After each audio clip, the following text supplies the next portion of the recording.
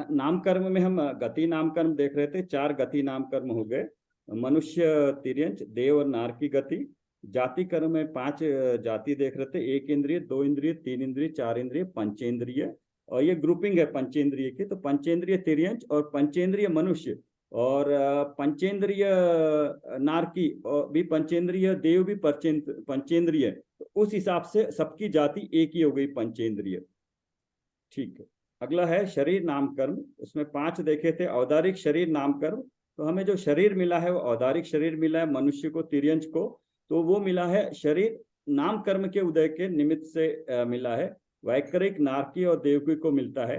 आहारक शरीर छठे गुणस्थानवर्ती मुनिराज को, तेजस शरीर भी उन्हीं को है। और कारमान शरीर सभी को कर्म का उदय जिस कारण से होता है उसको कारमान शरीर नाम कर्म का उदय है। नेक्स्ट नंबर 3 है। नंबर 4 बंधन नाम कर्म। बंधन नाम कर्म उस शरीर के नाम का बंधन नाम कर्म है। यह भी 5 प्रकार के हैं। औधारिक बंधन नाम कर्म, वेक्रिय बंधन नाम कर्म, आहारक बंधन नाम कर्म, तेजस बंधन नाम कर्म, क्रामन बंधन नाम कर्म। शरीर नाम कर्म के उदय में आहार वर्गणा आदि रूप उद्गल स्कंदों का ग्रहण किया जाता है। उनके प्रदेशों का परस्पर संश्लेष संबंध जिसके उदय में होता है वह बंधन नाम कर्म है।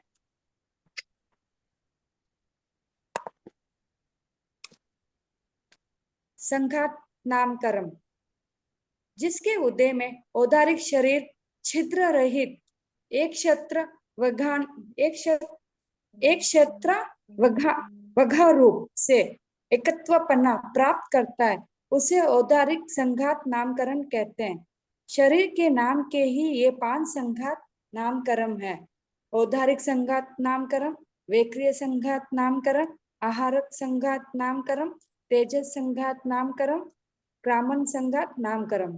कारमान है। हाँ। इसका तो ये इसका क्या है, मतलब? एक है शरीर, औदारिक शरीर मिलना। उसके बाद बंधन में आपस में किस तरह से बंधन होता है। तीसरा है उनमें संघात में छिद्र रहित, मतलब गैप नहीं होता है, उसके कारण से संघात नाम कर्म है।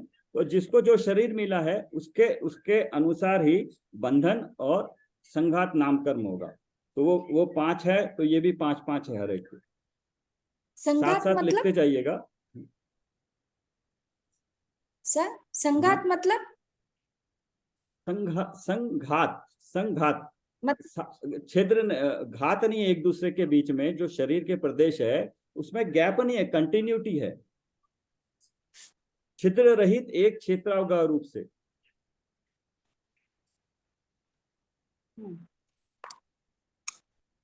ओके सर थोड़ा क्लियर नहीं, एक बार और बताइए ना। गैप नहीं होना, हमारे शरीर के प्रदेशों के बीच में कंटिन्यूटी रहना है। अच्छा। हाँ। ओके। संस्थान नामकरण जिसके उदय में औदारिक आदि शरीरों का आकार उत्पन्न होता है उसे संस्थान नामकरण कहते हैं। वो 6 प्रकार के: समचतुरस संस्थान, समान चौकोर आकार, सुडोल आकार, न्याय ग्रोथ परिमंडल संस्थान, वट वृक्ष समान, ऊपर का भाग चौड़ा और नीचे का भाग पतला, स्वाति संस्थान, ऊपर का भाग पतला और नीचे का भाग चौड़ा, कुबज कुब्जक कुब्जक हाँ। संस्थान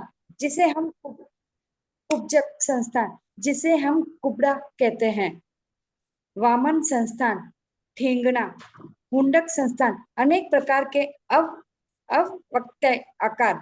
हाँ, ये संस्थान में शरीर का कैसा आकार है और नीचे का ऊपर का कैसे संबंध है। सम चतुरस संस्थान, ये सुडोल अच्छी तरह से जिसका हो। सम चतुरस न्यग्रोध, न्यग्रोध परिमंडल संस्थान, न्यग्रोध पढ़िए इसको एक बार अपने आप। वट वृक्षमान, ऊपर का भाग चौड़ा और नीचे का भाग पतला, ऐसे फैला होगा किसी का शरीर का आकार देखने में। स्वाति संस्थान उल्टा होगा, ऊपर का पतला नीचे का चौड़ा।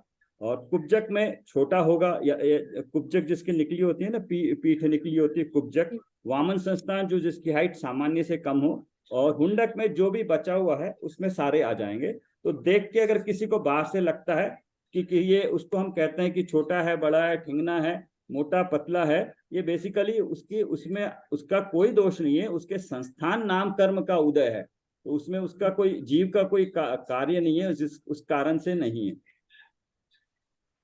अगला और कोई पढ़िए।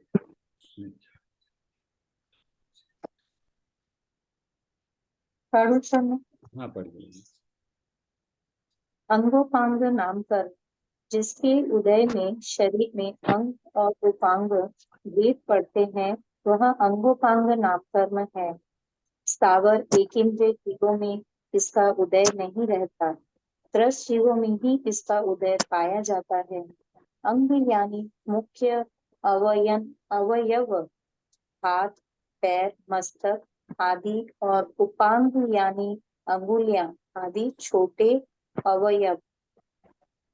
इसकी इसमें 3 अंगोपांग भेद में अंग अंग अंग मेन अंग को जो बड़े बड़े हैं उनको अंग बोला है, उपांग मतलब हाथ तो मोटा तरह से हाथ हो गया, बट उसमें जो छोटी उंगलियां वगैरह है तो वो उनको उपांग कहा है।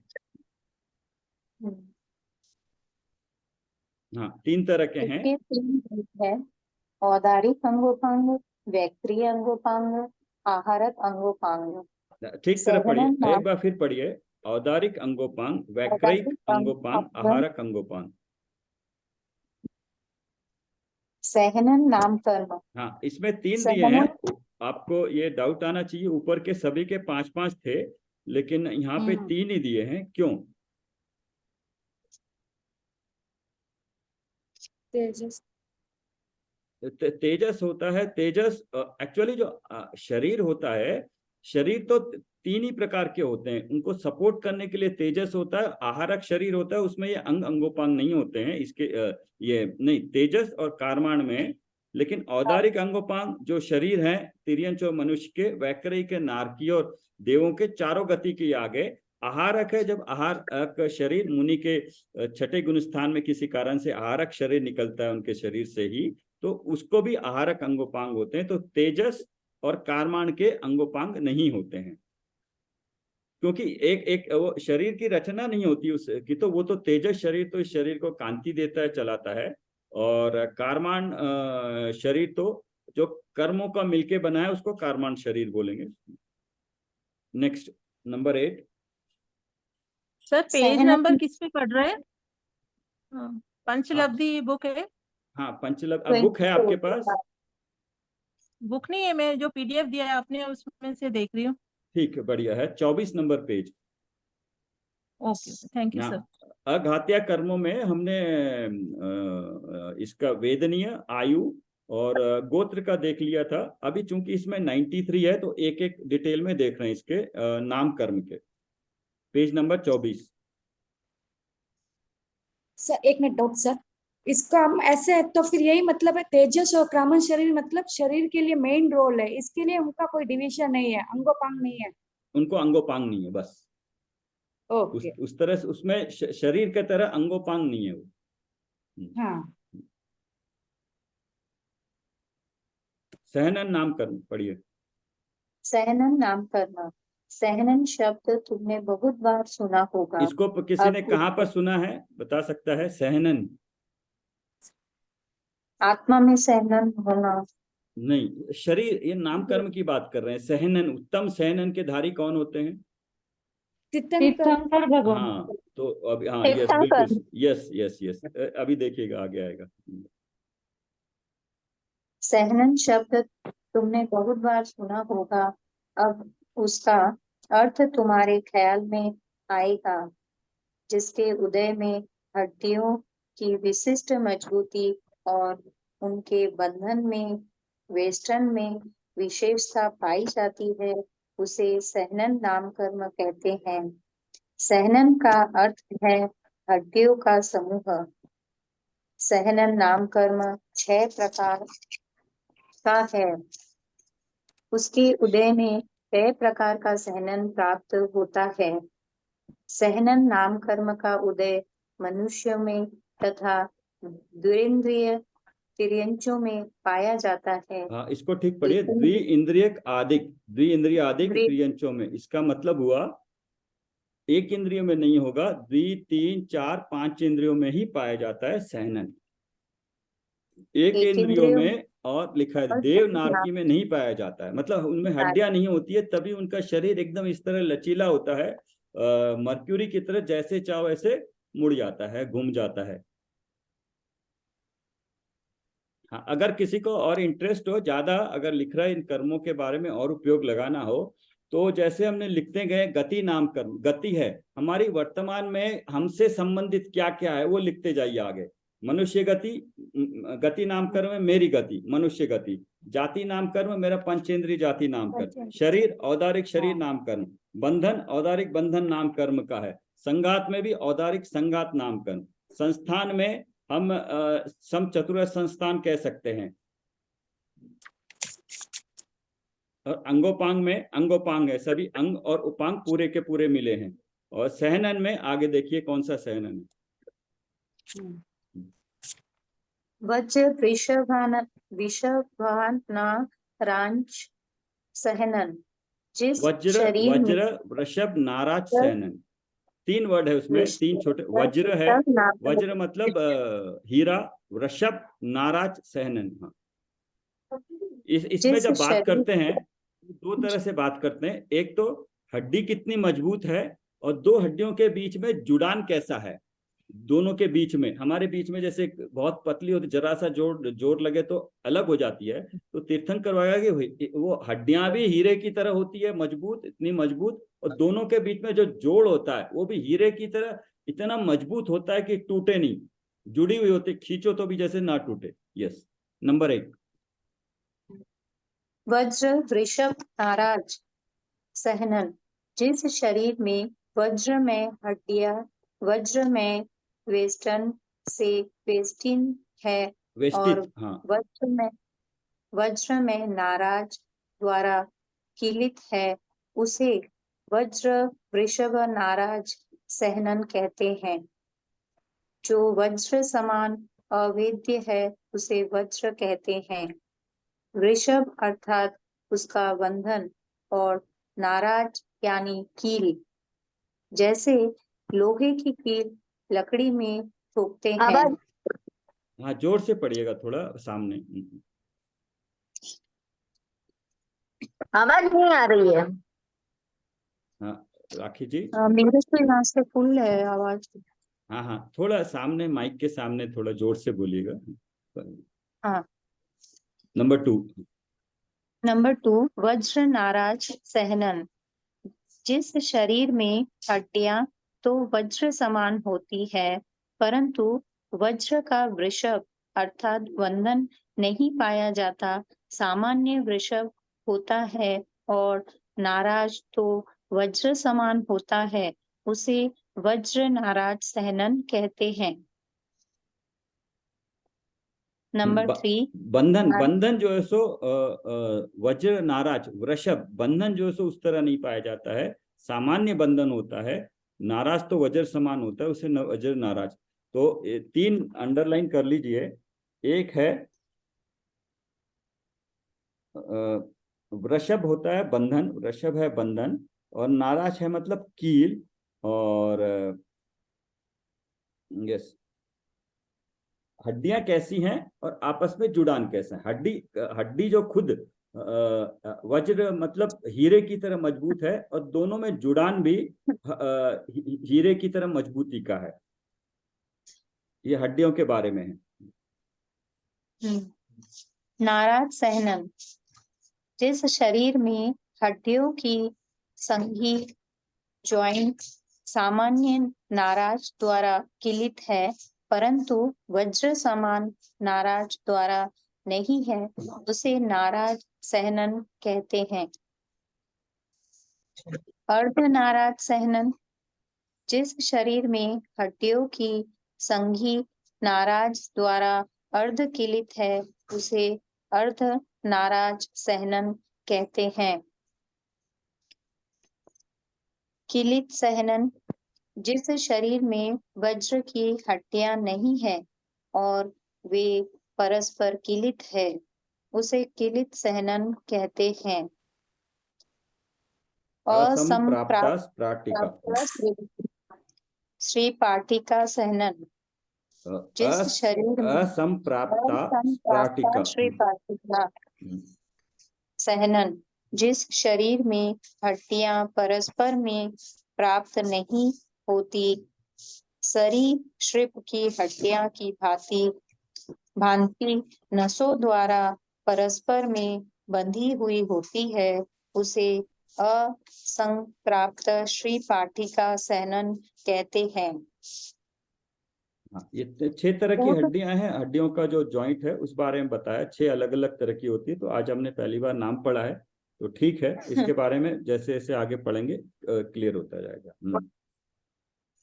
पूर्व में हमने निमित्त उपादान के प्रकरण में कारण कार्य रहस्य पुस्तक में देखा था कि चरम शरीरी जीवों को अर्थात उसी भव में मोक्ष जाने वाले जीवों को पहला अर्थात वज्र वृषभ नाराज सहनन होता है।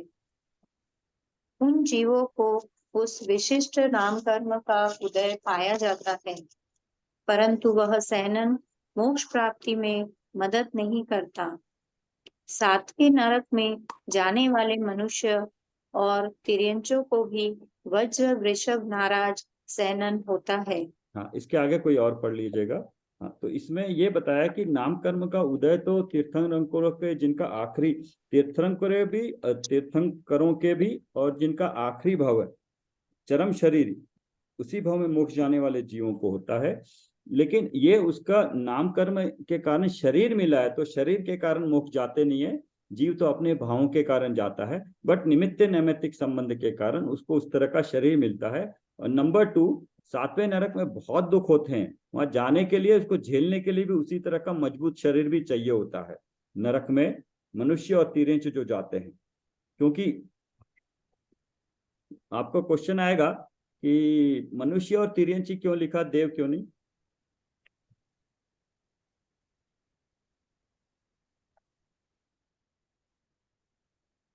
इसको सोचिएगा। ओके, तो नेक्स्ट। हाँ, और मैं पढ़ूं सर? हाँ, पढ़िए पढ़िए अंदर की। स्त्रियों में नीचे के 3 सहनन में से कोई एक पाया जाता है, वे उस पर्याय में तो मोक्ष प्राप्त नहीं कर सकती और 6वें नरक से आगे 7वें में भी जा नहीं सकती। कर्णानुयोग का ऐसा अकाट्य नियम होने पर भी स्त्री पर्याय में से मोक्ष होता है, मानना महान अज्ञान का द्योतक है। वर्तमान में यहाँ भरत क्षेत्र में पंचम काल दुष्खमा काल चल रहा है। इस काल में मनुष्य और तिर्यंचों को नीचे के 3 सहननी होते हैं, इसीलिए पंचम काल के मुनि श्रेणी चढ़ने का पुरुषार्थ भी नहीं करते। उसी प्रकार ग्रैवेक्य में जाने वाले मुनि भी उत्तम सहनन ऊपर के 3 के धारी जीव होते हैं।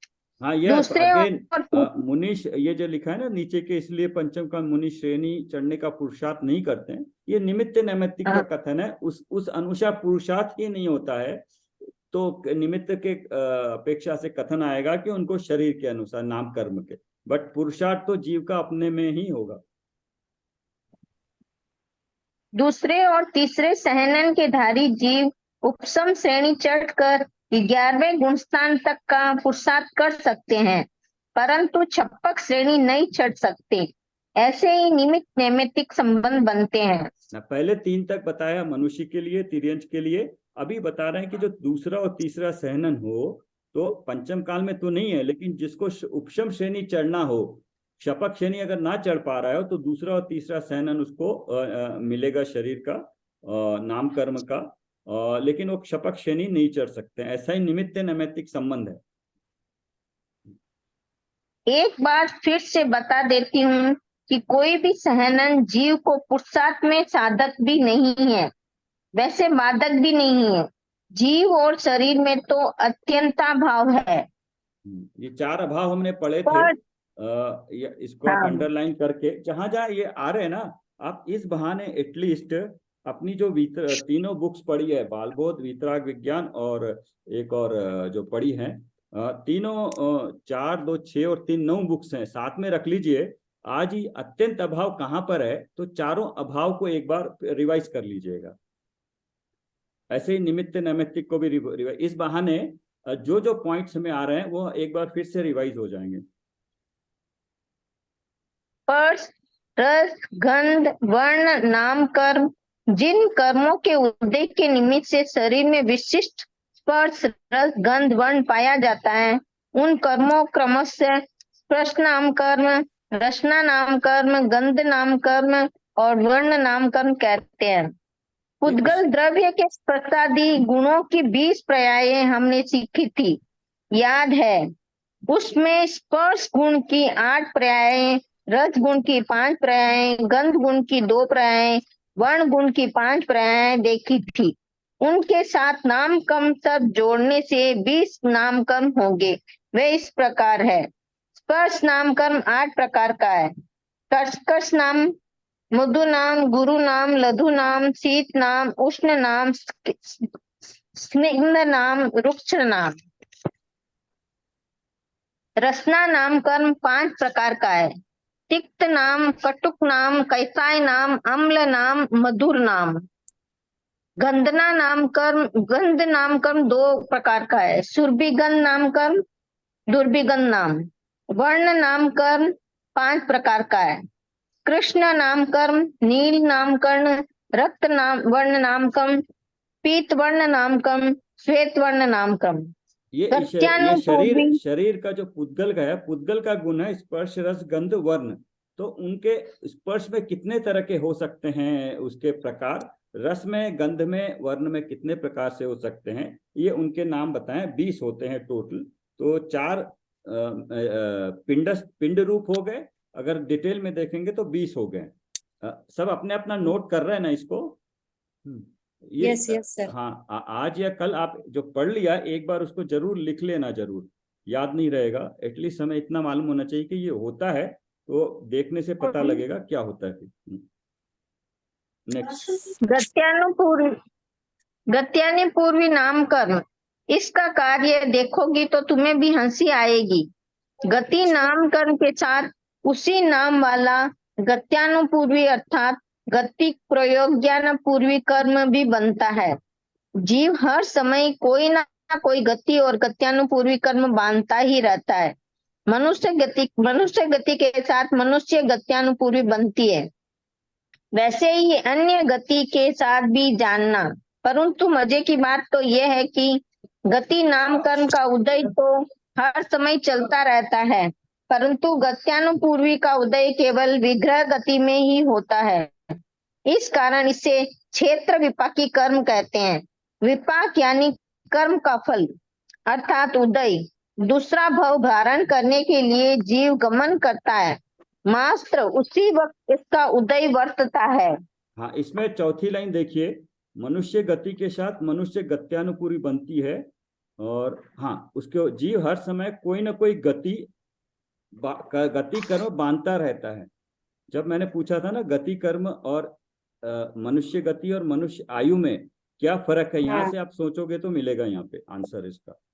क्षेत्र विपाकी मतलब पर्टिकुलर क्षेत्र में ही उस तरह से विग्रह गति में ही उसका उदय आता है, गत्यानुपूर्वी नाम कर्म। इस कर्म का कार्य क्या है पूछोगी तो इसके निमित्त से जीव का पूर्व भव का आकार विग्रह गति में कायम रहता है। नूतन गति में ले जाने का कार्य भी इस कर्म के निमित्त से होता है। अभी जो जुड़े हैं सबके पास बुक्स है ना? एक मिनट, हाँ, सभी के पास बुक्स हैं, पता है क्या चल रहा है हम लोग? ठीक नहीं समझी ना? ठहरो, दोबारा बताती हूँ। इस कर्म के 4 प्रकार है। मनुष्य गति प्रायोज्ञानुपूर्वी या मनुष्य गत्यानुपूर्वी, देव गत्यानुपूर्वी, तिर्यंच गत्यानुपूर्वी, नरक गत्यानुपूर्वी।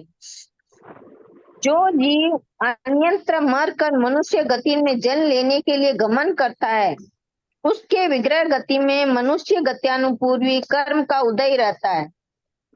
मान लो कोई कुत्ता मरकर मनुष्य गति में जन्म लेने वाला है, विग्रह गति के पहले समय से ही उसकी मनुष्य आयु चालू होती है, मनुष्य आयु का उदय शुरू होता है। मनुष्य गति नाम कर्म का भी उदय शुरू होता है। परंतु मनुष्य यहाँ पर गत्यानुपूर्वी यहाँ पर आप देखिए गति मनुष्य एक जब देह परिवर्तन होता है, एक गति का समाप्त होता है तो दूसरी गति जैसे ही यहाँ समाप्त हुआ, उसका आयु समाप्त हुई, गति भी समाप्त हुई, उसके बाद अगली गति शुरू हो गई। तो जो विग्रह गति है, जब तक कि वो औदारिक शरीर धारण नहीं करता है, एक समय, दो समय या 3 या 4 समय वो बिना शरीर के रहता है। 4 समय सिर्फ, समय बहुत ही कम छोटी यूनिट है समय की, सबसे जिससे छोटी और नहीं हो सकती है।